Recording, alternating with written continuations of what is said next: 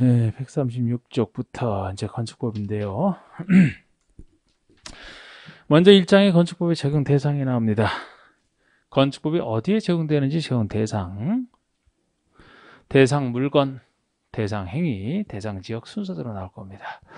대상 물건이다 그러면 이제 네 가지. 건축물에 일단 건축법이 적용되고요. 건축물이 들어서는 대지에도, 그리고 건축물 아니지만 공작물도 있고, 그 다음에 건축 설비까지 여기 이제 적용되는 거는 무엇일까요? 자, 우리 건축물이라면 가장 기본입니다. 토지에 정착하는 공작물 중에서 지붕과 기둥 또는 벽이 있는 것과 이에 따른 시설물이에요. 그러니까 지붕은 꼭 있어야 되고, 건축의 3요소 중에서 지붕 3요소 다 있어야 되는 게 아니고 지붕과 기둥, 지붕과 벽만 있어도 두 가지만 가져 또는이니까요. 건축물이고 이에 딸린 시설물까지. 예를 들어 뭐 건축물 자체는 아니지만 담장 등 이 건축물에 딸려 있는 것까지 건축물로 봅니다. 딸려 있는 것까지.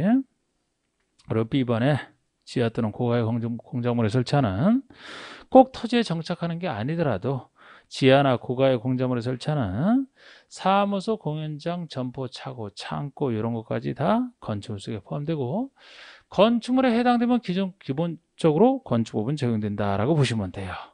그런데 여기에 대해서 2번에 건축법 적용받지 않는 건축물이 나오잖아. 건축법 적용받지 않는 거. 요게 이제 잘 나오는 겁니다. 건축물의 모양은 갖추고 있지만 건축법 적용받지 않는 거 5가지. 제가 이거 첫 번째 것은 법의 목적이 달라서라 그랬잖아. 법의 목적이 달라서. 문화재 보호법에 한 지정 임시 지정 문화재. 그래서 적어도 문화재 보호법에서 문화재로 정식 지정이 되거나 임시로 지정될 정도라면은 건축법 통제를 벗어나서 문화재 보호법에 따라서 그 현상 그대로 보호를 받아야 되거든요. 건축법 시각에서는 건축의 안전을 위한 것이라 오래된 건축물일수록 위험해서 유지하는 게 안 돼. 그래서 문화재로 지정이나 임시 지정됐다 이 얘기 들어가면 건축법 지정을 받지 않는다. 이렇게 보시라고 했던. 혹시 1번과 관련해서는 5번 밑에 적어놓은 거 있지만 전통 건축물 이런 표현에 속으시면 안 돼요. 전통 건축물이나 뭐 전통 사찰 이런 표현이 있으면 문화재로 지정되면 지정이나 임시 지정이라고 얘기를 합니다. 문화재로 지정되기 전까지는 건축법 적용 받아요. 주의하시고.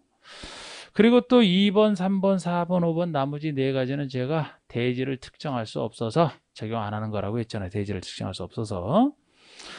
이 대지가 특정이 돼야 거기에 대해서 건폐율이든 용적률이든 건축 기준을 적용하는 건데, 대지를 특정할 수 없는데 어떻게 건축 기준 적용하느냐, 건축을 적용할 수가 없다 이렇게 얘기했던 거. 그래서 2번이 철도에 대해 선로 부지 안에 있는 다음의 시설을 얘기합니다. 그래서 이거는 반드시 철도나 궤도의 선로 부지 내에 있는 걸 전제로 해서 그 부지 내에 짓는 운전 보안 시설을 짓든 급수급탄 급유시설, 물이나 탄, 기름을 공급하는 이런 급유시설, 아니면 우리가 여기서 쉽게 볼 수 있는 철도 선로의 위나 아래를 가로지르는 각종 보행시설이라든지 열차 기다리는 플랫폼 같은 거, 건축 모양 갖추고 있지만 이건 건축법은 적용 안 합니다. 적용할 수가 없어요. 쭉 연결되는 전체 선로 부지를 대지가 거기에 건물 지을 때 그게 대지가 특정이 안 되는데 전체에 연결되는 선로 부지를 대지로 봐서 건폐를 적용할 수는 없잖아요. 예? 그리고 이거 관련해서 주의하실 게 역시 그 손표시에 하나 철도 역사도 주의하셔야 돼요. 이 철도 역사는 꼭 선로 부지에 짓는 게 아니거든요. 이거는. 그러니까 철도 역사는 별도의 그 부지 항목에서 하기 때문에 이건 건축법 적용 받습니다. 선로 부지 안에 있는 걸 전제로 해서 아까 그걸 적용 안 받는다는 거예요. 그리고 3번의 고속도로 통행용 주행시설 톨게이트 요금 받는 거, 고속도로 내에 있잖아. 고속도로 내에. 톨게이트가 들어서는 땅이 따로 특정돼 있지도 않아요. 쭉 연결된 고속도로 내에 있기 때문에 적용할 수가 없다. 4번의 컨테이너용 간이 창고입니다. 컨테이너용 간이 창고예요. 그런데 그 전제가 붙어 있어요. 가로 속에. 공장 용도로만 사용되는 대지에 설치하는, 공장 용도로만 사용되는 대지, 공장 대지 안에 설치하는 것으로서 이동이 쉬운 것만 해당이 된다. 그러니까 컨테이너 박스를 이용해서 이걸 땅에 고정을 시켜놓고 주택으로 쓴다, 상가로 쓴다, 뭐 사무실로 쓴다, 이런 거 창고로 쓴다, 다 건축물이에요. 컨테이너 박스를 통해서 지붕과 기둥 이런 거 있지 않습니까? 땅에 정착시켜 놓고 건축물인데 간이 창고로 쓰면서 공장 안에서 설치해야 돼. 이동이 쉬운 것만 이 전제 조건 하에서. 그럼 이동이 쉽다는 얘기는 땅에 정착이 안 돼 있다는 얘기예요. 공장 대지, 그 넓은 대지 안에 정착이 안 돼 있고 쉽게 이동이 가능하다? 정착성도 없고. 그럼 컨테이너 박스에 들어서는 대지를 특정할 수도 없고. 역시 그런 취지로 요 전제 하에서만. 그 다음에 하천법에 따른 하천구역 내 수문 조작실이 있습니다. 수문 조작실도 하천구역 내에 있단 말이에요. 쭉 물이 흘러가는 거 하천구역 내에 있지 수문 조작실이 들어서는 땅이 특정이 안 된단 말이에요. 이게 다 그런 이유로요. 5가지 안 되는 건 잘 물어봤습니다. 언제나 나올 수 있는 거죠. 이거는. 그 다음에 대지 보시면 대지는 하나 정도 가치로 되어 있는데 공간법에 의해서 각 필지로 구획된 토지, 공간법에 따라 각 필지로 구획된 땅을 1필지라고 하는데 1필지가 그대로 1대1을 본다는 거예요. 지목에 상관없습니다. 건축선 독자적 개념이에요. 예를 들어 지목이 대인구 이런 거 아니란 말이야. 지목이 뭐든지 상관없이 무조건 1필지로 나눠진 땅을 1대지로 봐서 그 대지에서 건축 기준을 적용하겠다는 겁니다. 1필지가 1대지가 원칙인데 여기서도 이제 예외 A, B 두 가지를 구별할 수 있는 선에서 공부하시면 돼요. 구별할 수 있는 선에서. A번은 예외로서 둘 이상 필지를 하나의 대지로 할 수 있는 소지가 나와 있고요. B번은 반대로 하나 이상 필지의 일부를 하나의 대지로 볼 수 있는 그런 경우 둘을 구별하시는. 자, 그러니까 이거는 무슨 취지냐면은 보통 1필지를 하나의 대지로 봐서 건축 기준을 적용하는 것이 하나의 건축이 이 들어서는 땅이 한 필지니까 들어서는 땅 전체를 대상으로 한다는 얘기죠. 그런데 여기다 예로서 둘 이상 필지가 있는데 이거를 전체를 1대지로 보는 경우라면 왜 이렇게 보느냐? 하나의 건축이 둘 이상 필지에 걸쳐 건축이 되니까 그런 얘기예요. 걸쳐 건축이 되니까 하나의 건축이 들어서는 땅인데 이거를 각각 필지가 다르다고 해서 여기 따로 적용하는 것보다는 하나의 건축이 둘 이상에 들어서는 땅 전체를 1대지로 봐서 건축 기준을 적용하는 것이 좀 더 합리적이라고 보는 거예요. 이걸 만약에 따로따로 적용한다면 정확히 최대한 지을 때 딱 중간에 걸쳐 지을 수밖에 없잖아요. 예를 들어서. 근데 전체를 1대지로 보게 되면 이렇게 지을 수도 있겠네. 그죠? 이쪽을 좀 더 활용할 때. 반대로 하나 이상의 일부에 대해서 하나의 일부든 둘의 일부든 일부만 1대지로 보는 경우라면 왜 일부만 1대지로 보느냐? 하나의 건축물이 들어서는 땅이 일부기 때문에 그래요. 들어서지 않는 땅에 대해서 왜 건축 기준 적용합니까? 왜 둘 이상? 전체에 대해서 들어서니까. 왜 일부에만 건축이 들어서니까. 이런 취지이기 때문에 이 정도 취지만 이해해도 80% 이해가 된 거죠. 자, 우리 A번 보시면 그게 둘 이상 필지를 하나의 대지로 볼 수 있는 경우가 1번 하나의 건축물을 두 필지 이상에 걸쳐 건축할 때 그 합한 토지 전체를 얘기합니다.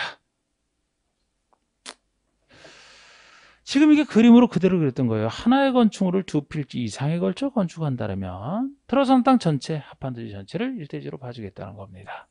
근데 이 똑같은 얘기가 3, 4, 5번이 같은 취지예요. 3, 4, 5번이. 나머지 두 가지는 또 별도 얘기고 3, 4, 5번을 먼저 보시면 3번이 도심계획 시설에 해당하는 건축을 건축할 때 해당 세대 설치는 일단 토지. 그래서 아까 건축물을 공공시설인 도심계획시설로 바꿔놨을 뿐이에요. 그럼 도심계획시설이 들어선 전체 땅을 1대지로 봐주겠다는 얘기 아닙니까? 4번이 주택단지를 얘기해요. 주택법에 따른 사업승인을 얻어 주택법상 사업승인을 얻어 주택과 부대복리설을 건축하는 경우 그 일단의 토지. 이게 바로 주택법에서 얘기하는 거 주택단지 아닙니까? 그러면 단지 전체가 하나의 단지잖아요. 여러 필지에 걸쳐 건축되더라도 하나의 단지가 들어서는 전체 땅을 1대지로 봐주는 게 맞다는 겁니다. 또 하나가 도로 지표 아래 건축하는 건축물의 경우 시장 등이 정하는 토지. 이게 제가 지하상가를 연상하시라고 했던 도로 지표 아래 지하에 건축물을 지어요. 그럼 그 건축이 들어서 일단이지 전체를. 하나의 지하상가인데 여러 필지에 걸쳐 건축이 되더라도 하나의 지하상가가 들어서는 그 땅이니까 전체를 1대지로 봐주는 게 낫다. 똑같은 취지거든요. 이게. 그럼 나머지 두 가지가 2번, 6번이 있는데 2번은 공간법상 각 필지의 지번 지역이 다르거나 도면 축척이 다른 경우 또는 서로 인접하고 있는 필지에서 각 필지의 지반이 연속되지 아니하여 합병이 불가능한 경우 그 불가능한 필지의 토지를 합한 토지 전체를 일제적으로 봐주겠다는 겁니다. 이건 둘 이상의 떼고 걸쳐 있을 필요는 없지만 합병이 안 되는 두 땅을 한 사람이 이용하는 걸 전제로 하는 거예요. 예를 들어 합병이 왜 불가능한지는 그거는 여러분들이 공간법에서 배우시는 내용 중에 하나 아닙니까? 지번 지역이 다른데 합병할 수 없다. 도면 축척이 달라도 합병이 안 된다. 지반이 연속되지 않아도 합병이 안 된다라고 했는데 그런 이유로 합병이 안 된다면 본인이 합병을 할 수 있는데 안 하는 게 아니고 합병이 불가능한 땅인데 이걸 한 사람이 이용하는 걸 전제로 하는 거예요. 그러면 예를 들어서 어느 한 곳에 지을지라도 다른 땅을 일대지로 보게 되면 그곳 보는 것만큼 대지가 넓어지니까 같은 건폐를 연결해서 지을 수 있는 건축물이 면적이 커지거든요. 그걸 활용할 수 있다는 거예요.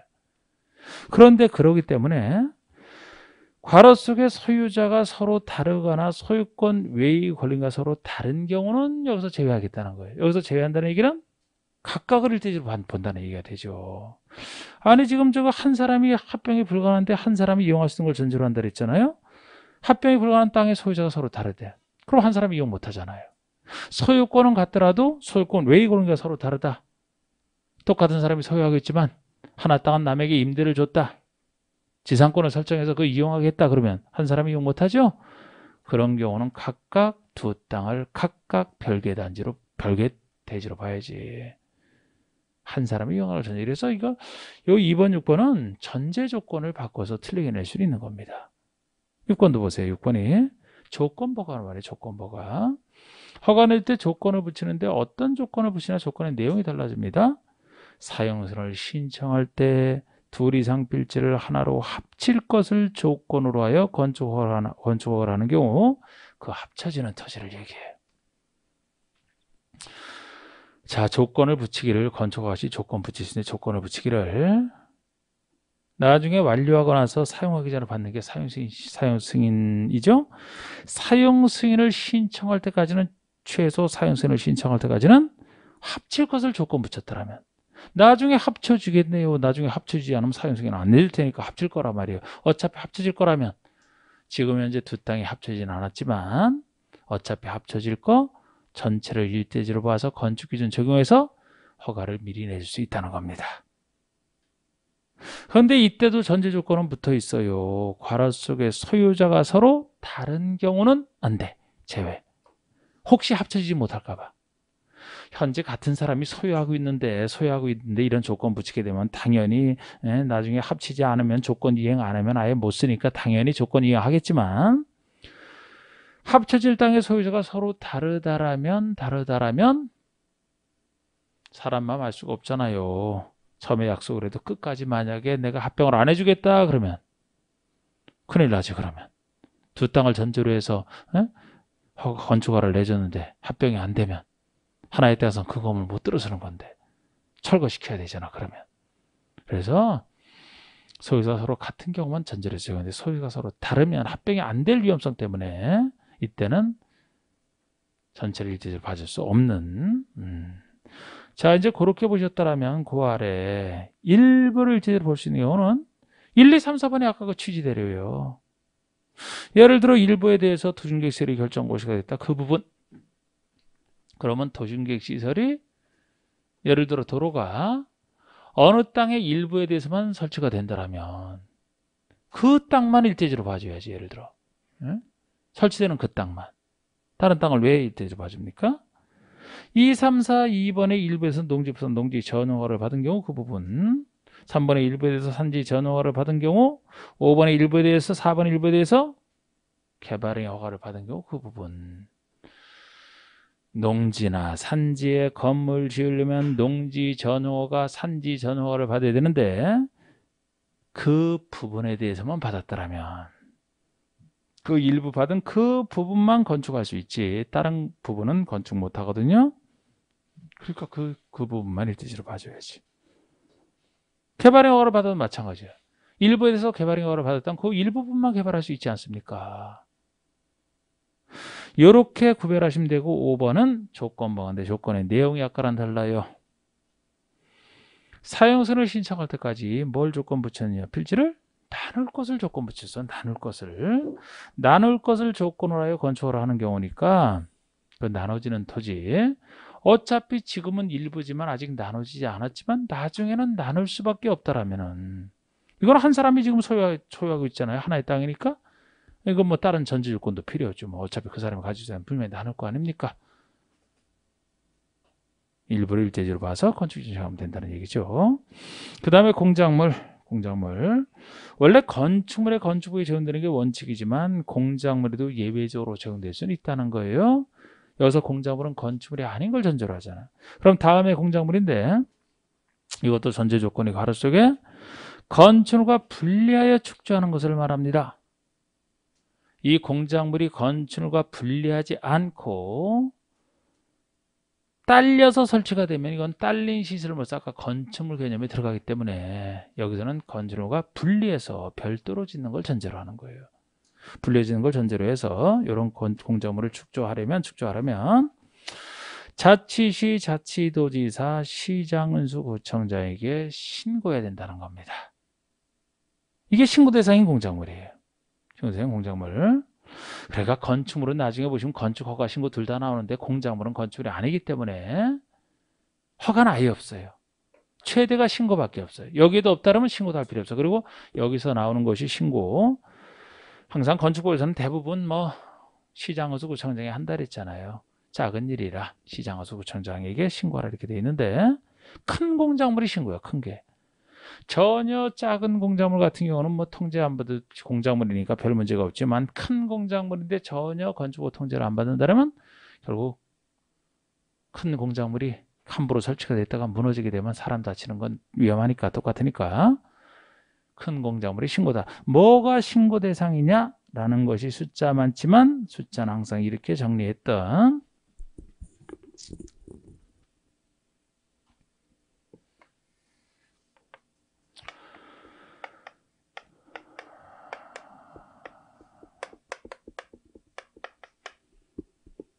넘는 큰가 여기에 신고다. 요거 이하는 신고 대상 아니에요. 넘는 거. 제가 2의 배수로 2, 4, 6, 8 넘는 이렇게 했잖아. 큰 거기 때문에 일단 2의 배수로 2, 4, 6, 8 해놓고 6m가 제일 많으니까 이걸 따로 기억하시는 게 아니고 대부분이 6m 넘는 것이다. 이 중심이 되는 게 대부분이 6m다 해놓고 그렇지 않은 걸 따로 기억하시는. 제가 2m 넘는 게 뭐였어요? 2m 넘는 게 담장옹벽 4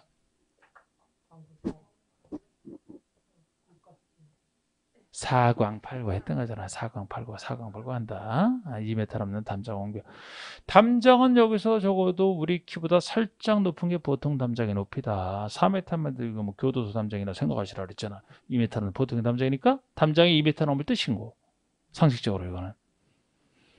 무너질 곳에 무너지지 않도록 받쳐놓는 옹벽도 콘크리트로 담장과 비슷하게 봐서 옹벽이나 담장은 2m 넘을 때 신고. 그리고 이건 왜 그랬잖아. 4광8고 광8고 그래서 4광8고 그래서 광고판이든 광고탑이든 광고랑 관련된 건 4m 넘는 게 신고. 8고 고가수죠. 그리고 중간에 하나 들어가는 게 5m짜리 신설된 거 들어가는 거. 이거 뭐라 그랬어요? 온화이 태양. 태양에너지 발전 설비. 태양에너지 발전 설비는 온화이 태양에서 5m 넘는 게 신고. 그렇지 않은 건 그냥 대부분 나머지 6m 아닙니까? 이렇게 따졌던. 여기다 뭐 이건 높이 따지는 거고 면적 따지는 게 지하 대표가 30주간 넘는 것도 따로 있으면 그게 1번부터 6번까지 얘기해요. 2m를 넘는 옹벽 담장은 2m 넘을 때 신고다. 4광의 2번이 4광이잖아. 4m 넘는 광고판 광고타. 온화이 태양 5m를 넘는 태양에너지 발전 설비 6m 넘는 게 대부분이에요. 대부분 굴뚝이든 장식탑이든 기념탑이든 골프 연습장 운동시설한 철탑이든 주상에 설치하는 것이지만 통신은 철탑 기타 등등 이것이 6m 넘을 때가 신고고요. 8m 넘는 고가수죠. 그리고 지하 대표는 면적 30을 넘는 여기까지가 넘는 큰 게 신고인데 유일하게 넘는 게 아니고 이하로 따지는 것이고 따로 있는 거 따로 기억하셔야 될 높이 8m의 기계식 주차장 및 철골 조르식 주차장으로서 외벽이 없는 걸 얘기합니다. 기계식 주차장 철골, 조리식 전화 외벽이 없어야 돼요. 이런 주차장에도 외벽이 있다 그러면 위에 지붕이 있고 벽이 있기 때문에 이때는 건축물이 됩니다. 여기는 공작물을 전제로 하기 때문에 외벽 없이 철골, 조리식으로 지어진 거 8m 이하. 요거는 8m 넘어서는 위험해서 아예 법적으로 설치를 못하게 해놨어요. 그래서 어디 설치를 해도 기기주차장 이런 거 외벽이 없는 것은 8m가 최대치일 뿐이야. 그래서 8m 이하, 요것만 이하를 좀 신경 쓰시고, 이게 공작물입니다. 건축 설비라면 건축에 설치하는 각종 설비. 시험과는 별로 관련 없고요. 자, 이제 적응상 물건을 했는데, 그럼 적응상 지역을, 적응상 행위를 한번 봅시다. 행위. 적응상 행위를 보시면 건축하는 행위, 대수하는 행위, 용도 변경 세 가지 행위. 주로 이제 건축물을 건축하는 행위, 대수 건축을 아니지만 크게 고치는 대수선. 건축 뭐 새로 건축하는 것도 들어가 있죠. 우리 대수는 기존 건축물을 크게 고치는 게 대수선 아닙니까? 그리고 용도 변경은 크게 고치는 것도 아니고 기존 건축물의 쓰임새만 바꾸는 게 용도 변경이에요. 그래서 이 세 가지 행위에 대해 적용되는데, 이제 나중에 보시면 절차는 건축과 대수를 묶어서 한 절차로 다루고 용도 변경 따로 허가 신고를 진행하지 않습니까? 자, 우리 건축하는 개념. 이제는 그냥 말로 쭉 훑어보고 할게요. 이 건축은 11월 달부터 이게 너무 자세히 했던 것이라 그림까지 그려가면서 그냥 쭉 봅시다. 신축, 중축, 개축, 재축 이전 5가지 개념. 신축이라면 새로 짓는 게 신축이니까 기존 건축이 없는 대지를 전제로 해서 없는 대지에 새로 짓는 것이 신축이에요. 근데 이 건축이 없는 대지 속에는 기존 건축이 있다가 해체나 멸실된 지를 포함입니다. 해체나 멸실돼서 없어졌다. 없어졌지 않았습니까? 건물 없어졌잖아. 이 상태를 포함하되 원래 해체 멸실은 3번, 4번 그 개축, 재축에 관련되어 있기 때문에 요거를 포함하되 개축, 재축에 해당하는 것은 제외. 혹시 개축, 재축의 개념이 따로 있으면 개축, 재축으로 가는 것이고 개축, 재축에 해당하지 않는 걸 전제로 해서 신축이 된다는 얘기죠. 그리고 부속 건축물만 있는 대지에 새로 주된 것으로 짓는 것도 신축에 들어갑니다. 제가 부속 건축으로 마치 종물 같은 것이라 독자적 의미가 없고 부속 건축이 나오면 주된 건축물 기준으로 판단하시면 돼요. 주된 건축물 기준으로 판단하는 겁니다. 그래서 부속 건축물만 있다라는 얘기는 주된 건축물이 없는 땅이라는 얘기가 되기 때문에 주된 건축이 없는 상태에서 주된 건축을 짓게 되면 신축이 되는 거죠. 건축이 없는 땅에 새로 짓는 것이라. 만약에 반대로 주된 건축이 있는 상태에서 부속 건축으로 새로 짓는다 그러면 그때는 있는 상태에서 짓는 증축이 된다 그랬죠. 자, 증축은 신축과 달리 기존 건축이 있는 땅을 전제해서 기존 건축이 있는 땅이 있는 대지에서 건축물의 건축 면적이든 연면적이든 층수나 높이 아무거나 늘어나면 건축의 연면적 층수 높이 중에 하나가 늘어나면 증축이 되는 겁니다. 없는 상태냐 신축, 있는 상태냐 증축. 그리고 개축, 재축은 옛날에 신축에 있다가 따로 떨어져 나온 거.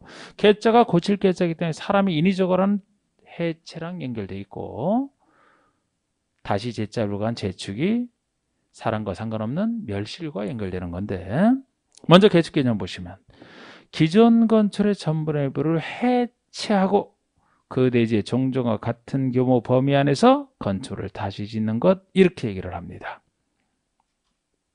자, 우리 전부 해체는 당연히 여기 개축에 들어가고, 일부 해체라는 것은 좀 주의를 하셔야 되는데, 원래 일부만 해체되면 해체 아니에요.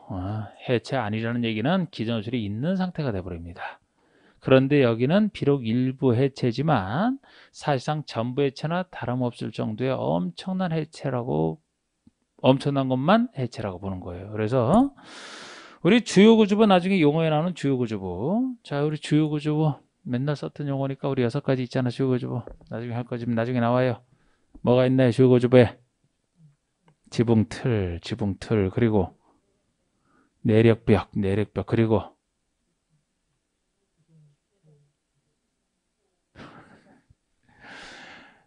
그림 안 그린다고 생각이 다 안 나면 안 되고 생각해야지. 건축의 3요소랑 관련해서부터 떠올려야죠. 그러니까 지붕틀, 기둥, 벽 중에서는 내력벽, 건축의 하자는 내력벽, 그리고 바닥.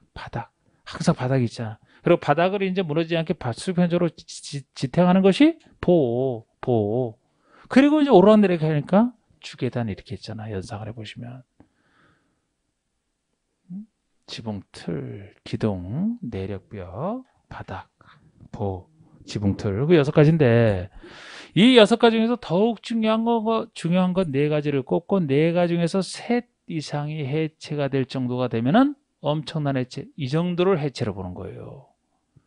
그래서 그 주요 중에 4가지 꼽는다면 내력벽, 기둥, 지붕틀인 건축의 3요소랑 관련돼 있는 건 당연히 꼽고, 물론 이 지붕틀 속에서도 한옥 설치 장려, 한옥의 석가래는 제외해주는 혜택을 줍니다만 이 3요소에다가 보호가 없으면 바닥이 무너지면 주계단도 같이 무너질 것이다. 그래서 3요소에다가 이 넷 중에 3곳 이상이 적어도 해체될 정도라면 엄청난 해체란 말이에요. 이 정도가 돼야 여기로 봅니다. 해체로 봅니다. 일부 해체에서. 만약에 이 정도가 아니고 2가지만 해체가 됐다, 1가지만 해체가 됐다 그러면 해체가 아니에요. 그럼 기존호출이 있는 상태가 되고, 기존호출이 있는 상태에서 뭐 연면적, 건축면적이 늘었다 그러면 그땐 증축이 되는 겁니다. 하도 많이 나온 곳이라 이건 어디서 낼지 모르는 거예요. 이거는 자세하게. 그리고 이렇게 해체한 상태에서 그 대지 안에 종전과 같은 규모 범위 안에서 짓는 게 이게 개축이라고 해요. 종전 범위 내에서 짓는 게, 종전 범위를 초과하면 신축이 되는 겁니다. 아까 건축이 없는 땅에 철거나 해체나 멸실을 포함하고 있었기 때문에 개축에 해당하지 않는 것이 신축이 되는 거예요. 3층짜리 건물이 있었는데 전부를 해체하고 2층짜리를 졌다. 3층 종전 범위 내에서 지으니까 개축이지만 요거를 4층, 5층 지었다면 종전 범위를 넘었으니까 신축 이렇게 되는. 재축이 멸실, 건축이 천재지변 기타 재해서 멸실된 경우에 그 대지의 다음 요건을 모두 갖춰 다시 짓는 거. 다음 요건, 이 가나 요건을 다 갖춘 걸 전제로 해서 재축이 됩니다. 이 요건을 초과하면 신축이 되는 거죠. 가번에 연면적 합계는 정제구무 이하, 그리고 동수, 충수, 높이가 모두 중류구무 이하이거나 그중 어느 하나가 종조물을 초과하는 경우는 해당 동수, 충수, 높이가 분명히 모두 적합할 것. 그러니까 가나 2 요건을 모두 갖췄을 때 요거를 멸실 후 이 요건을 모두 갖췄을 때 재축이 된다고 했는데, 연면적과 동의 수, 충수, 높이 중에서 제일 돈에 관련돼서 중요한 것이 연면적입니다. 그래서 연면적이 각 층의 바닥 면적 합친 게 연면적이잖아요. 합계라는 뜻은 뭐 하나의 대지에 2동 이상이 있으면 그 합친 게 합계라는 얘기고. 그러니까 연면적이 제일, 이 연면적 확보하시는 것만큼 가치가 올라가지 않습니까? 그래서 연면적 합계처럼 중요한 것은 무조건 정정금을 절대 넘어서면 안 돼요. 재축이 되기 위해서는. 요즘에 연면적 합계는 정정금을 이하이 돼. 나머지 동수, 충수, 높이 중에 다 정정금 이하면 당연히 재축이지만 어느 것 하나까지는 정정금을 초과하더라도 법령에 적합한 법원에서 초과한다면 하나만 초과할 때예요. 동수, 충수, 높이 어느 것 하나만 초과할 때 거기까지는 재축으로 보겠다는 겁니다. 이 요건을 초과했을 때만 신축이 되는 거예요. 이점 보세요. 그 건축의 주요주를 해체하지 않고 같은 대지 안에 다른 위치로 옮기는 거. 이게 이전은 같은 대지 안에서 기존 건물을 그대로 옆으로 옮기는 게 이전이에요. 그래서 주요주를 해체하지 않는다 이런 표현을 씁니다. 그대로 해체하면 안 돼요. 주요주를 해체하지 않고, 그리고 반드시 같은 대지에서 위치만 다른 위치로 바꾸는 걸 얘기합니다. 같은 대지가 전제가 돼 있어요. 해체하고 그래도 틀리고, 같은 대지를 다른 대지로 인접한 대지로 바꿔도 틀리고.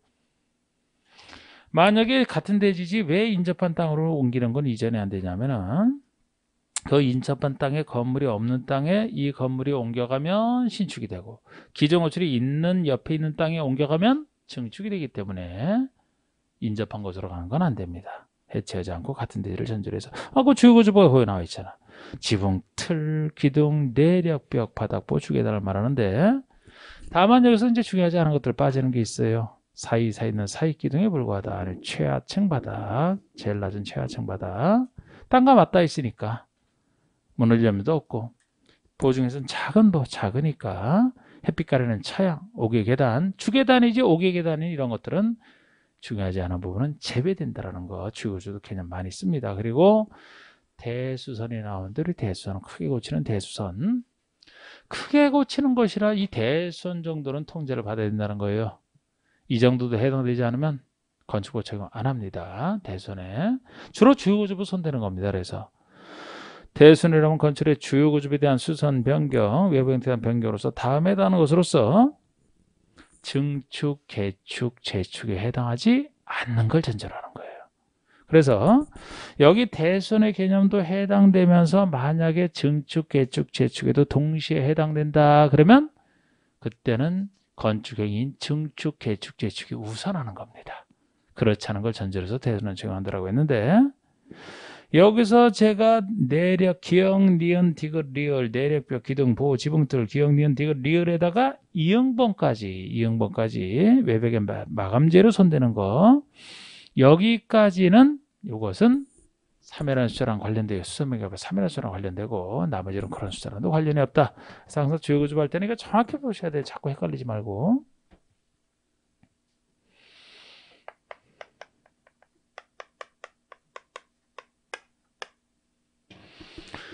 주로 주요구조부를 손대는 건데 아닌 것도 예외적으로 있지만 주로 주요구조부를 항상 대손의 개념할 때는 증설하거나 해체하거나 아니면 수선하거나 또는 변경하는 이 네 가지 개념 중에 하나로 대손의 개념을 이루지 않습니까?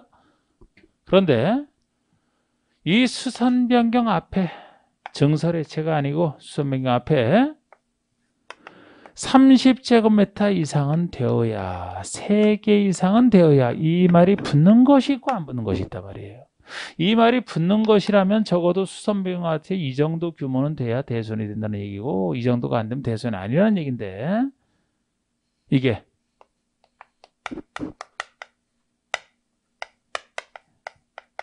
이렇게 했던 거 아닙니까? 이렇게 내기 보지 마세요 하면 이렇게 했던 거 내기 보지 마세요. 남들 내기하는 거 보지 마세요라고 내기 보지 마삼 하고 옛날 채로 이렇게 얘기하는 건데 내기 보지 마삼 이렇게 하는 건데 그러니까 여기에 해당하는 게 내력벽, 기역번, 내력벽, 기둥, 보, 지붕틀, 외벽의 마감재료를 얘기한단 말이죠. 이게 3이라는 수랑 관련돼 있다. 이 5가지만 3이라는 수랑 관련돼 있다. 그래서 내력벽이나 벽 면적이고 외벽의 마감재료도 면적이기 때문에 면적에 관련된 건 3은 너무 적고 3개 30 이상은 돼야 되고 기둥, 보, 지붕틀은 3개 이상 붙는 거 요거밖에 없는데 글쎄 요걸 얘기하는데 자꾸 요거를 착각하고 있어요. 이거 앞에 붙는다고 그렇게 얘기를 하는데 요것 자체는 30 이상 3개 이상이 안 붙는단 말이에요. 요것 자체는 요거보다 센 거예요. 이게 기둥이 증설한다 기둥 증설한다 그 자체로 아니면 해체가 더 해체되는 거고 변화의 폭이 훨씬 크단 말이에요. 변화의 폭이 요거는 수선이나 변경하면 기둥은 그 숫자는 그대로 유지가 되면서 수선 변경하는 것이라 숫자가 달라지는 이거보다는 요게 작은 것이고 그래서 증설 해체할 때는 개수에 상관없어요. 면적 크게 상관없더라. 무조건 다 대손이 되고 수선 변경 앞에 이 정도가 붙는다는 겁니다. 만약에 내기보지마가 아닌 주요구조부다 그러면은 이 말이 없으니까 수선 변경에도 모든 작은 수변까지 다 들어간다는 거예요. 이 기본 구조. 그래서 특히 여기서도 이응번의 외벽의 사람들은 마감재료만 이것이 주요구조가 아닌 건데 외벽이 마감재료 쓰는 거 아닙니까? 외벽의 마감재료를 뭐로 쓰느냐 하는 건데 이것만 주요구조가 아닌데 이것이 마감재료가 괄호 속에 있듯이 방화에 지장이 없는 화재를 막는 것에 지장이 없는 불연재료나 준불연재료를 쓴 거를 말하거든요. 그러면 건물을 완성하고 그 외벽에 마감재료를 불에 안 타는 불연재료나 준불연재료를 써서 만들어 놓게 되면 옆에 불이 나도 이쪽에 옮겨 붙질 않아요. 불에 안 타는 재료를 썼기 때문에. 그런데 요거를 그전에는 요거를 안 하다 보니까 주요구조가 아니라고 해서 대손에 안 넣다 보니까 요거를 바꾸고 할 때 대손에 해당되면 허가신고를 통해서 통제하는데 허가신고 없이 그냥 할 수 있으니까 그냥 편의상 이걸 막 없애버리고 막 그냥 그 겨울철에 그 좀 따뜻하게 지내려고 막 그냥 스티로폼 막 이런 거 갖고 막 다 떼고 막 해서 전기세 좀 아끼려고 그러다 보니까 이제 화재 안 났을 때 이게 대형 화재로 번지고 나서 그냥 부랴부랴 이거 집어넣은 거 아닙니까? 이거 함부로 손대지 말라고. 그래서 대손에 집어넣은 거예요. 외벽의 마감재료는. 어쨌든 그래서 요 외벽의 마감재료 그러니까 면적 얘기고 아까 내력벽, 기역번에 나오는 내력벽도 내력벽의 면적이기 때문에 둘 다 증설 해체할 때는 숫자라 상관없이 모든 증설 해체가 다 대손이고 수선 변경할 때만 30 이상이 붙는 겁니다. 30제곱미터 이상 면적. 그리고 니은디귿 리얼 기동보 지붕틀 중설의 절자는 한 개만 해도 수선 변경할 때는 3개 이상. 요거.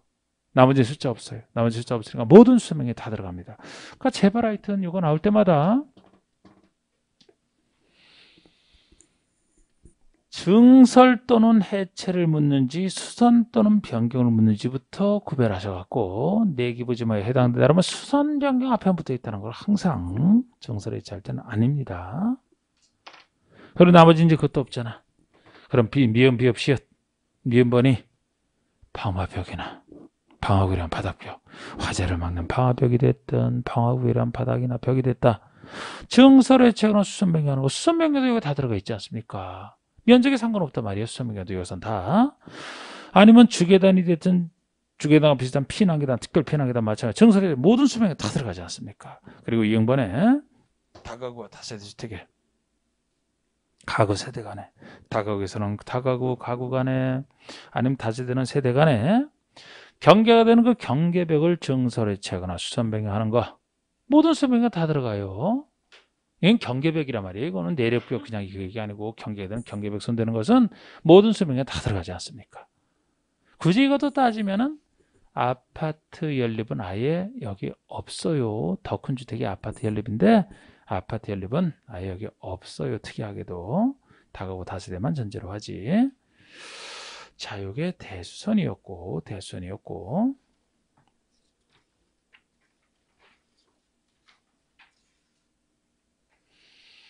오늘 나간 문제가 어디까지 문제가 나갔었어요, 여러분? 오늘 나간 문제가 맨 끝에. 에? 뭐를 묻는 문제예요? 에? 아, 그래요? 그럼 영도 변경부터 다음에 해도 되겠네, 그러면? 이미 정해진 그 예상 진도는 오버했죠, 그러면?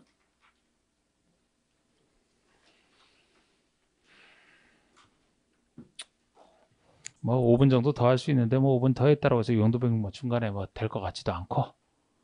자, 뭐 오늘 용도 변경부터는 이제 다음 주에 이어서 하겠습니다. 용도 변경 조치는 오늘 여기까지 하고, 자 정리하고, 또 정리합시다. 힘들어도 정리해야지 뭐.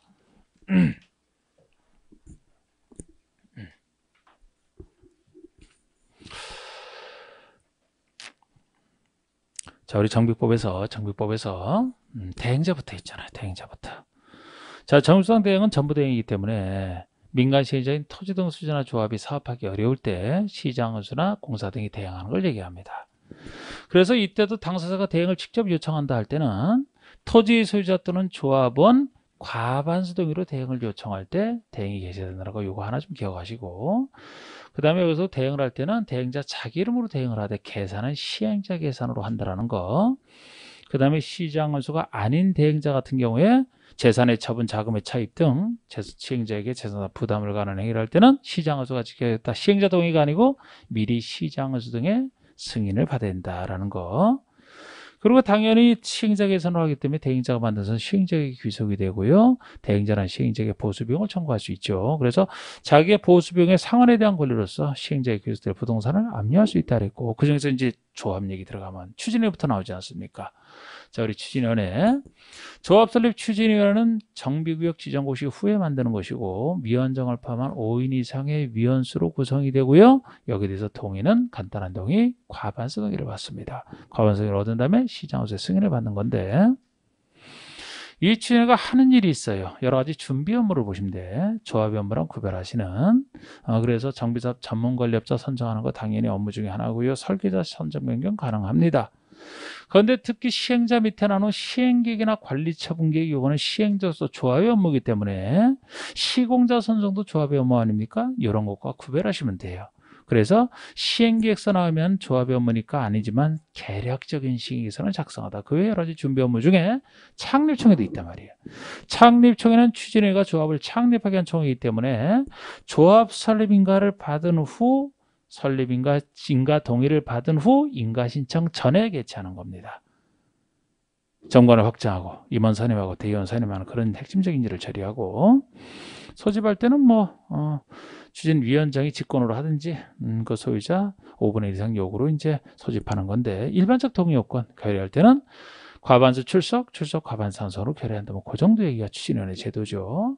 그럼 나중에 이제 이 추진위가 조합을 만들 때 조합에서 뭐 법인 성격 이런 건 다 똑같습니다. 자, 우리 행정처에 설립인가를 먼저 신청하는 것도 보시면 정비조합은 두 조합으로 나눠져요. 재개발과 재건축. 그중에서도 재건축이 예라고 했기 때문에 재개발조합에 설립인가를 신청한다. 그러면은 추진위원회가 설립인가 동의를 얻어서 시장건축에 설립인가를 신청하라. 그 인가 동의가 소유자 4분의 3, 면적 2분의 1, 4, 3, 2, 1 동의가 된다는 거. 재건축이다 그러면 역시 설립인가 동의가 단지 안, 박 나눠서, 단지 아니다 그러면 단지 안의 전체 순서 똑같고요. 4, 3, 4, 3 동별론 소유자 과반수인데 단지 바뀌면 4, 3, 3, 2 동의 이렇게 좀 했던 거. 그리고 인가받은 사람을 변경한다면 원래는 같은 동의를 거쳐야 되지만 이건 만들어진 조합이 총회를 통해 하기 때문에 인가받은 사람을 변경한다면 총회에서는 제일 센 동의인 조합은 3분의 2상 찬성 의결을 통해서 그리고 인가를 받아야 됩니다. 근데 예를 들어 뭐 건축의 매매로 인해서 조합원의 지위가 바뀌어서 조합원 교체하는 것 같은 이런 간단한 것은 경미한 사항은 경미하기 때문에 동의 필요 없고 인가 필요 없다. 신고로 충분하다. 뭐 그런 얘기도 살짝 제가 했었고 그 다음에 여기서도 굳이 다른 거까지 조금 추가한다면 추진원이든 조합이든 똑같이 쓰는 건데 여기 특이한 거 있잖아요. 예를 들어서 뭐 동의를 한다 그러면은 처리서도 마찬가지지만 인감증 내기 아니고 일정한 서면 동의서에 지장을 날인하고 신분증 자필로 서명하고 신분증 사변을 첨부해야 됩니다. 자, 우리 사람 소개할 때 특이한 게 있어요. 한 사람이 여러 물건을 가지고 있다 그러면 사람 수는 한 명으로 계산하고요. 반대로 한 사람이 하나의 물건을 여러 명이 공유하고 있으면 역시 한 명, 대표자 한 명으로만 사람을 계산합니다. 재개발 사업 등에서 만약에 지상권이 설정되어 있다면 하나의 땅의 소유자 지상권이 있는 경우이기 때문에 역시 대표자 한 명으로 인정한다. 그것도 좀 보시고 조금 까다롭지만 이 동의 처리할 때 원래는 보통이라면 이 철회 같은 경우 각종 그거 하기 전에 철회할 수 있습니다만 정비국 해제에 대한 동의와 여기서 조합 설립에 대한 동의는 그 인가 신청 전까지 철회할 수 있는 게 아니고 처음 동의한 때부터 30일까지만 철회할 수 있어요. 이런 특별 규정이 존재하죠. 30일까지만. 이때도 조합 설립에 대한 동의는 30일 지나지 않아도 창립총회를 개최했다면 창립총회 이후에는 철회할 수 없다. 이 얘기까지도 따로 존재합니다. 그리고 여기에 대해서 이제 뭐 법인이고 법인이기 때문에 민법중 사단법인이라고 하는 게 이건 똑같은데 이렇게 완성했다는 조합원 얘기도 또 할 게 많잖아. 재개발 조합이면은 토지 등 소유자이기만 하면 당연 조합원이 되는데 재건축이면 토지 등 소유자에서 조합 설립에 동의한 자만 조합원이 되기 때문에 그럼 동의하지 아니한 자라든지 아니면 처음부터 토지 또는 건축물만 소유한 사람이라 조합원이 안 될 사람이라면 이자 물건 취득과 관련해서 우리 재건축 사업 시행자는 바로 그 조합원이 안 될 사람 물건에 대해서 매도 청구를 통해서 그 문제를 해결한다. 매도 청구. 그 다음에 조합원과 관련해서 이제 조합원이 누가 되느냐 할 때 나머지 있잖아요. 대표자 한 명만 조합으로 보는 경우 있잖아. 조합원 대표자 한 명만. 여러 명이 공유하고 있다. 대표자 한 명만. 그리고 여러 명이 토지등 소유자가 있지만 한 세대에 속한다면 이때 대표자 한 명으로만 본다 그랬어요. 자, 우리 특수한 경우는 예를 들어 같이 살해된 사람, 배우자라든지 미혼이면서 동시에 19세 미만인 직계비속은 아무리 세대를 분리해도 한 세대로 봐서 대표자 한 명만 인정해 줍니다. 시기에 상관없이. 반대로 이혼한 사람 아니면 19세 성년에 대해 법정 본가를 하는 직계비속이라면 시기에 상관없이 역시 분리하면 분리를 인정해서 각각을 조합으로 본다라고 했어요. 그런데 보통이라면 설립인가 전후에 따라 달라집니다.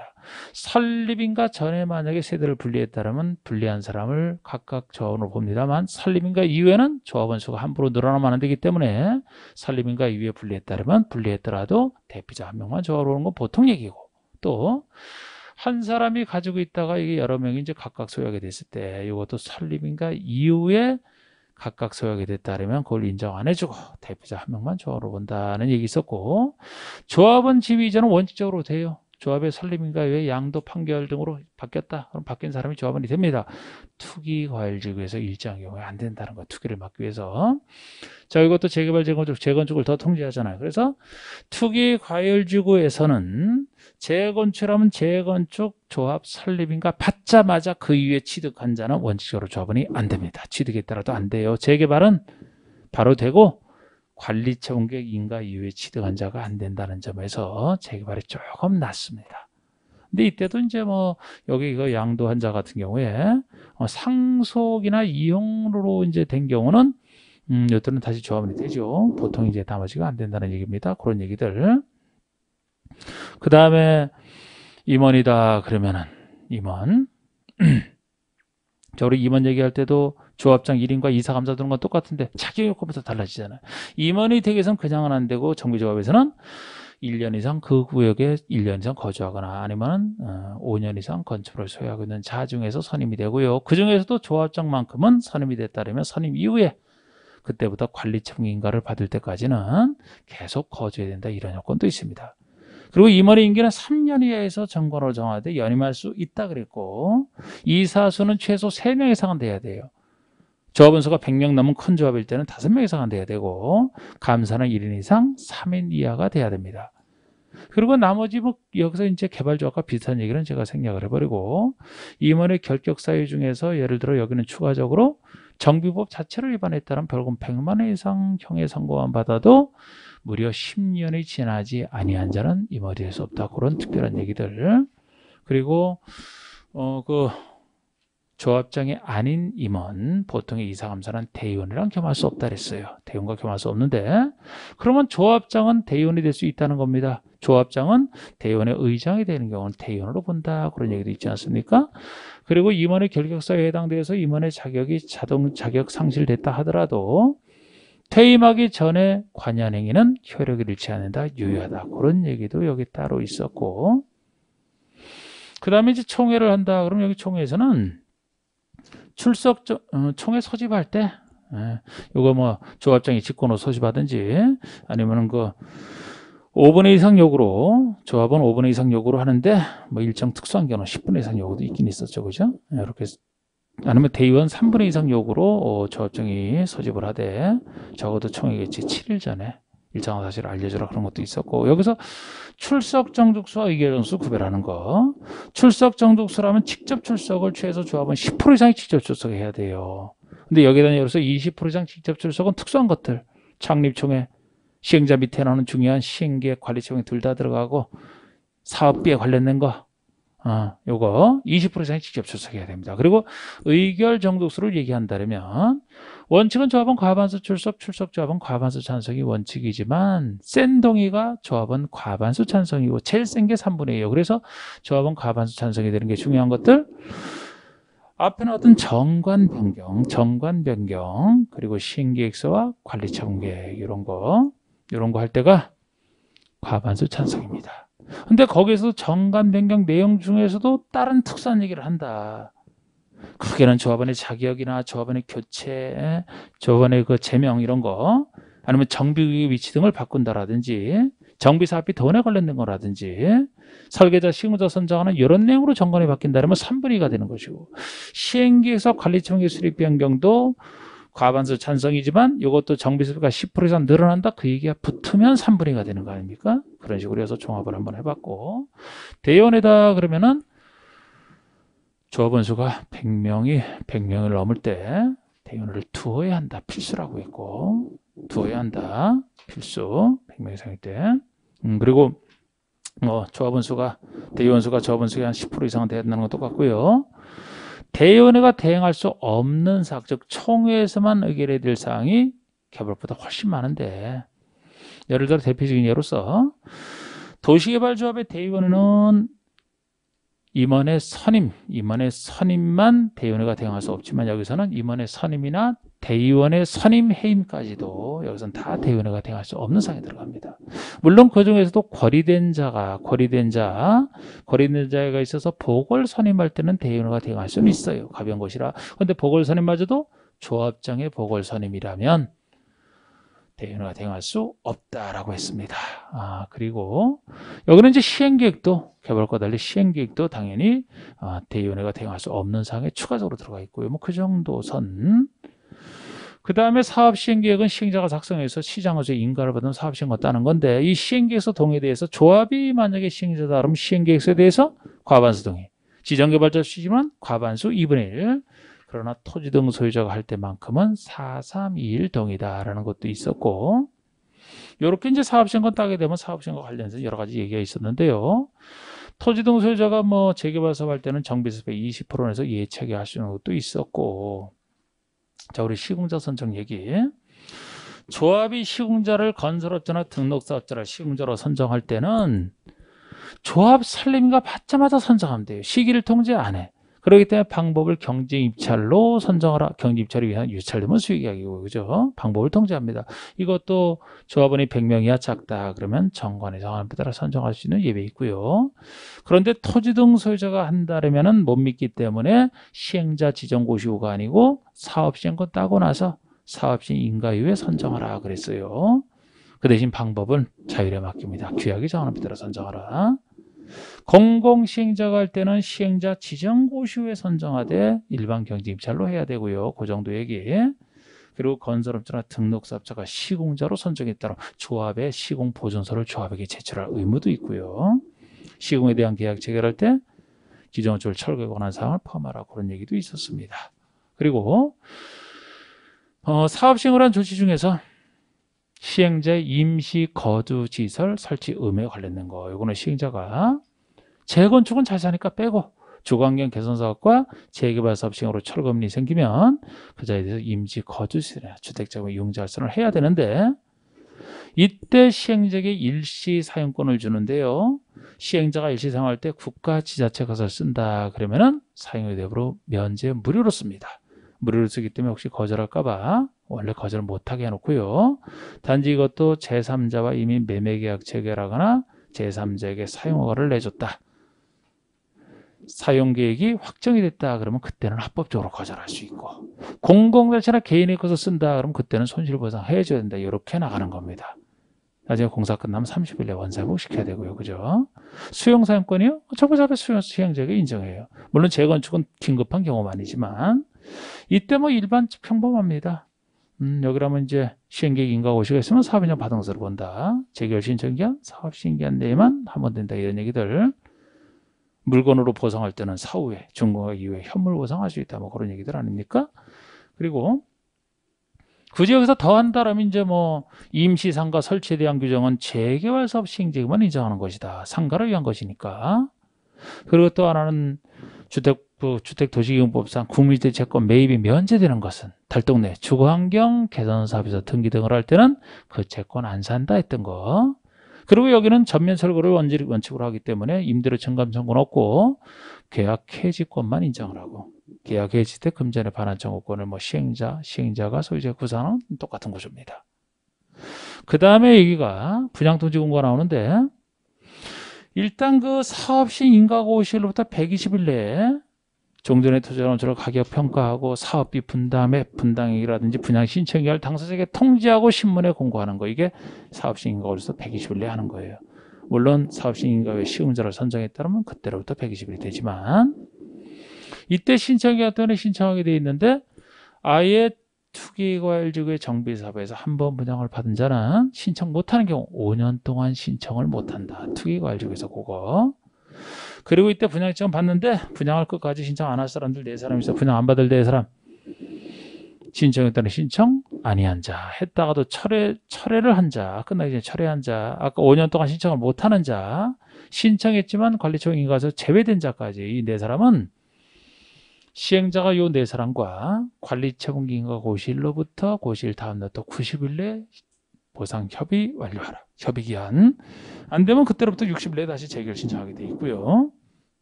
그러면 관리처분 얘기 나옵니다. 그 다음에 시행자가 분양신이 끝났을 때 관리처분에 수립해서 시장에서 인가를 받는 건데 이 내용 중에서는 뭐 건축물 주는 것이고 분양 대상별로 주는 것이라 환지기가 비슷합니다만 그런 차이가 있고요. 여기서 중요한 것 중에 하나는 기술적인 부분인 분양 설계에 대한 기준 시기는 최신 시점 분양인천이 만료된 날을 기준으로 해서 수립을 합니다만 종전의 토지랑 건축에 대한 가격평가 기준 시기는 사업시 인가고시가 있은 날을 기준으로 평가한다 그랬어요. 그때 평가를 해야 분양 통지할 때 알려준다 그랬으니까 사업시 인가고시를 기준으로 해서 평가하고 혹시 그 전에 철거된 것이 있다면 미리 철거할 땐 시장허수에 허가를 받는다 그랬죠. 시장허수에게 허가받은 날을 기준으로 한다. 요걸 좀 잘 구별을 해두시면 그 외에 나머지 뭐 조합원에게 얼마 줄지 일반 분양은 어떻게 할지 정비사비에 추산행위 분담료 분담 시기 이런 건 당연히 다 들어갑니다.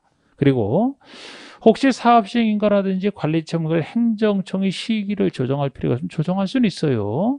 근데 1년 넘기지 않고 1년 범위 내에서만 인가 시기를 조정할 수 있다. 그런 얘기도 살짝 했었고 관리처분기 기준 중에서 정도의 투지를 평가할 때 면적, 영사, 환경정도 고려하라. 증환지, 가만지, 입지한지 비슷합니다. 이런 거. 그런데 이제 우리 정비구역 지정 후 분할지를 취득한 자도 현금 청산할 수는 있다. 그 얘기 있었고 주택 쓰는 기준.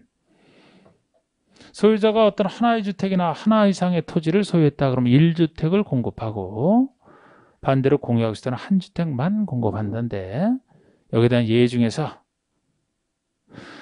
그 근로작소나 기숙사 용도로 가지고 있거나 공공소유자가 소유자라면은 이때는 소유한 주택을 다 줄 수 있습니다만 재건축에 대한 예외를 보시면 재건축에 대한 예외는 일단 투기과열지구나 조정대상 지역처럼 투기를 막아야 되는 곳에서는 사업시 인가를 신청했다면 거기는 원칙으로 돌아가지만 그거를 제외하고 투기과열지구나 조정대상이 아닌 걸 전제로 해서 과밀업지에 위치하는 재건축이냐 아니냐. 과밀업지에 위치하는 재건축이면 소유한 주택 수 범위 내에서 세 주택까지 줄 수 있지만 과밀업지에 위치하지 아니하는 재건축이면 소유한 주택 수만큼 다 줄 수 있다는 거. 그리고 일반 정비사업에 대한 예외가 종전의 가격 범위 또는 면적 범위 내에서 투주택 줄 수 있고 투주택은 그중에 한 주택은 소형 60회짜리 한 채를 줘야 됩니다. 60회짜리는 3년 전매제 안에 걸린다. 이제 그 얘기까지 있었죠. 그리고 관리처분기 인가고시가 있게 되면 그 효과로서 사업하는 효과로서 기존호수를 철거 그때부터 가능해집니다. 그런데 물론 붕괴 우려가 있거나 범죄 발생 우려가 있으면 미리 철거하고 미리 철거할 때는 시장호수 허가를 받아 철거한다 그랬고요. 또 사용성이 금지되는 시기 관리처분기 인가고시가 있은 때로부터 소유권 넘어가기 직전까지 소유권 이전 고시 1일까지 사용성이 저절로 금지가 됩니다. 물론 시행자가 동의해 주거나 손실보상이 완료되지 않은 경우는 쓸 수 있죠. 쓸 수 있는 예외.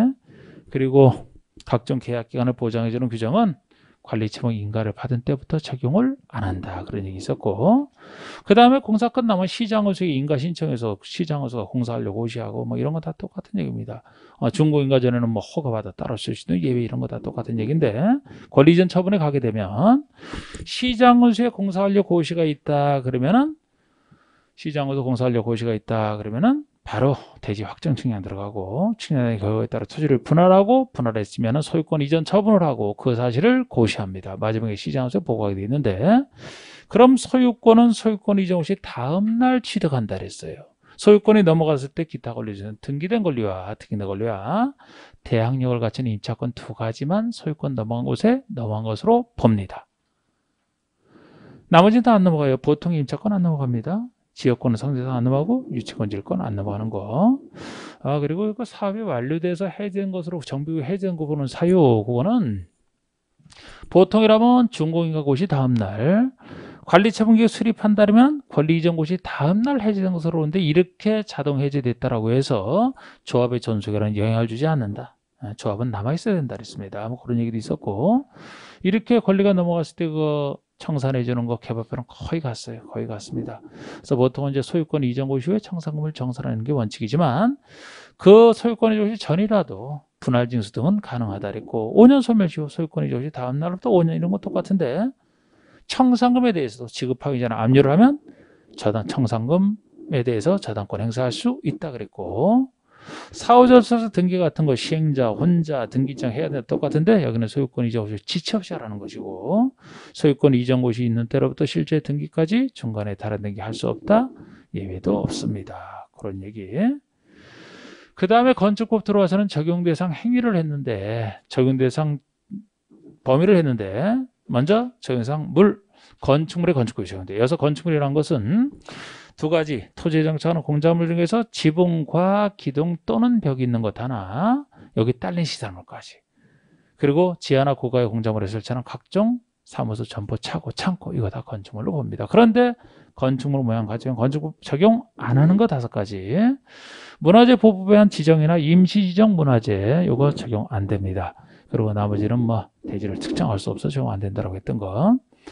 예를 들어 철도나 궤도의 선로 부지 안에 있는 운전보안시설, 급수급탕 급유시설, 첫 선로의 위나 아래를 가로주는 보행시설, 플랫폼 이런 거 적용 안 해요. 그리고 고속도로 통행징수시설 적용 안 합니다. 컨테이너 박스를 이용한 간이 창고인데 이것도 공장 안에서 이동이 쉬운 것만 적용 안 하고, 하천구역 내 수문조실 적용 안 합니다. 보통의 철도 역사나 전통 건축물은 적용된다 그랬고 제가. 그 다음에 대지다 그러면 원래 지목에 상관없이 1필지를 1대지로 보는 게 원칙입니다만, 2 이상 필지를 1대지로 볼 수 있는 예외, 하나의 건축물이, 하나의 도중계획시설이, 하나의 주택단지가, 하나의 지하상가가 들어서는 전체 땅 1대지로 봐주겠다는 논리 하나. 그리고 또 하나는 집원 부여지역이 달라서 도면 축척이 달라서 집안이 연속되지 않아서 합병이 불가능하다면 이 불가능한 땅을 한 사람이 이용하시는 걸 전제로 해서 전체를 1대지로 봐주겠다는 거예요. 이 합병이 불가능한 땅을 해서 소유자나 소유권, 외이권과 서로 다른 경우는 인정을 안 합니다. 각각을 봐야 돼요, 그때는.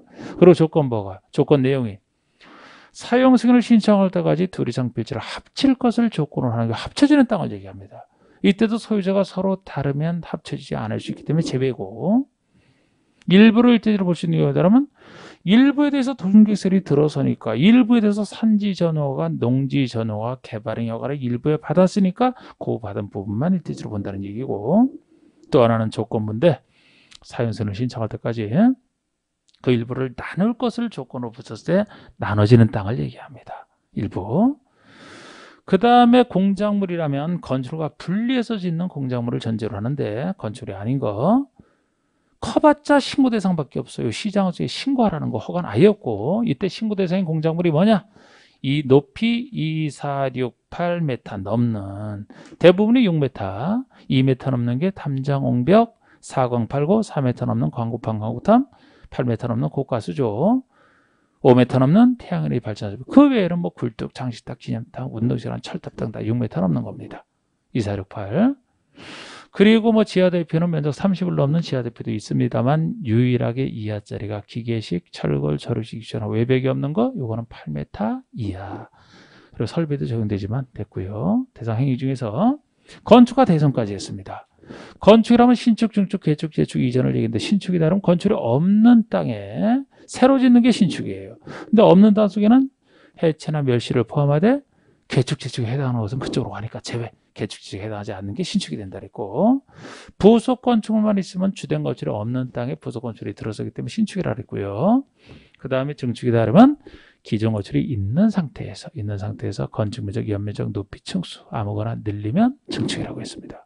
개축이라면 전부 일부를 해체하고인데, 전부 해체는 말할 것도 없고 일부 해체라는 것이 주요 구조부 중에서, 원래 주요 구조라면 지붕, 틀, 기둥, 내력, 벽, 바닥, 보, 주계단, 뭐 사이사이에 있는 사이 기둥이라든지 작은 보라든지 최하층 바닥, 5개 계단은 빠지는 건데, 이런 주요 구조부 중에서 더욱 중요한 4가지, 3요소랑 관련되어 있는 지붕, 틀, 기둥, 내력, 벽, 지붕, 틀, 기둥, 내력, 벽, 그리고 보. 이 4가지 중에 셋 이상이 해체가 돼야 이거를 해체라고 본다 했어요. 해체하고 종전과 같은 범위 내에서 짓는 게 개축입니다. 이걸 넘어서면 신축이라고 했어요. 넘어서면 신축. 지붕, 틀, 한옥의 석가래는 항상 제외한다 그랬고 제가. 그럼 재축이 뭐냐? 재축은 멸실된 상태에서, 연면적은 종전규모 이하 항상 그래야 되지만 동수, 중수, 높이 중에 하나는 법령 범위에서 기존 면적을 초과하더라도 그것까지는 재축으로 봅니다. 철거 멸실된 상태에서 이걸 넘어서면 신축이라 그랬고, 이전은 주요구조를 해체하지 않는 거 하나 그대로, 또 하나 같은 대지에서 위치만 바꾸는 걸 이전이라고 했습니다.